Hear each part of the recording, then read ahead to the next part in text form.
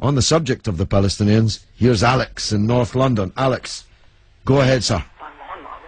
Hi George, I'm calling from North London. I've been listening to you for 3 months now. Okay. Never had the chance to speak to you. Okay. But I was just calling on. I was listening to you a couple of nights ago, and you were talking to these people, and they were saying that Israel, the Jews, did not have the right to gain Israel from the Palestinians. And I was just saying, throughout history, the Jews have been persecuted, obviously from the Holocaust, and we were granted Israel as a result of this.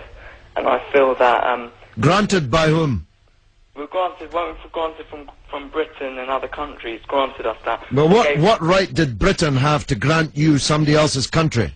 Well, it's due because we lost 6 million people. No. I'm not arguing about that. I'm going to come on to that. But what right did Britain have to grant you somebody else's country? We had the right because we lost 6 million people and we did not have a home. Well, yeah, I'm going to ask you for a third time. What right did Britain have to grant you somebody else's country? Well, they didn't. Well, they were giving us the right because it was they were basically gave us because of the. But they gave you somebody else's country. That's the point I'm making, Alex. Can you deal with it? Yeah, but the Jews have also had to. They've dealt with this throughout history. Well, Alex, I don't know if you came on with a script and you can't deviate from it. Can you please answer that point? And we'll come to the Holocaust and who was responsible for it and who should have paid and what they should have paid for it. But given that you've said Britain granted you, and you're presumably saying you because you're Jewish, somebody else's country, I'm asking you, what right did Britain have to grant you somebody else's country? Britain, you could say they didn't have a right, but they came in and dealt with us and with the Jews having lost all these lives, and they basically granted us this land. Okay. Well, I see I'm getting nowhere on this, Alex, so let me deal with your overarching point. Maybe you're just not equipped to deal with the principal point that I have made. The Jews have suffered racist anti-Semitism down the ages in many, many European countries, including our own. They were subject to regular discrimination at best, and pogrom and murder at most. That's undoubtedly true. The one place in the entire world that Jews were neither discriminated against nor subject to pogrom was the Muslim world. In fact, so much was that the case that when Christianity came back to power in Spain, in Andalusia, in the western extent of the Islamic Empire, when the Muslims left, the Jews left with them because they feared the Christian anti-Semitism which would be unleashed in the wake of the departure of the Islamic civilization in the West. That's why so many Jews are to be found even today, and were to be found in profusion before the creation of the State of Israel, in countries like Morocco and along the North African coast, because under the protection of the Muslims, the Jews left Europe and went to live in North Africa.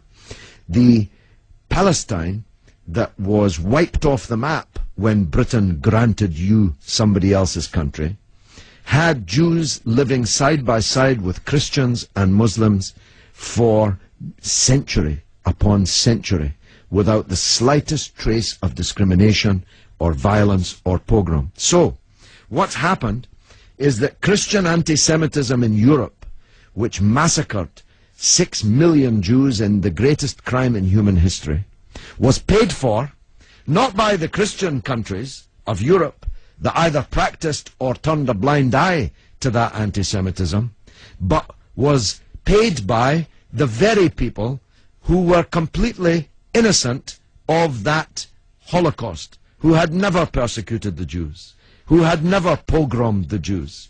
And that seems to me to add insult to the injury suffered by a people whose country was wiped off the map, who were dispersed into exile, to make way for a Zionist idea which was granted to European Jews, because these were the first settlers, granted to European Jews by Britain. And as you have singularly failed, 4 times I asked you, to acknowledge that Britain had no right to give away somebody else's country, one country giving to a second people, the land that actually belonged to a third people, it seems to me an all-round injustice, don't you think, Alex? Yeah, I agree that they didn't so much have the right, but they were stepping in after the Holocaust to grant it to the Jews. But it was long before the Holocaust that Britain stepped in. Britain stepped in 1917 with the Balfour Declaration made by the British Minister Balfour on our behalf to a group of atheistic Zionist Jews. I make the point about atheism because it's now claimed that this is some biblical land right, as if God was an estate agent. The men to whom Israel was promised were atheistic Jews. They were not only not speaking for all Jews, they represented at that time in 1917 a tiny proportion of the world's Jews. Most of the world's Jews supported communist or socialist parties and ideas at that time. The Zionists represented a tiny sliver of Jewish opinion at that time. Yet Balfour promised them the land which belonged to a third people, without consulting either the British or the world's Jews, and least of all, consulting the Palestinians. Okay, well, thanks very much for talking. Okay, Alex, thanks for listening, my friend.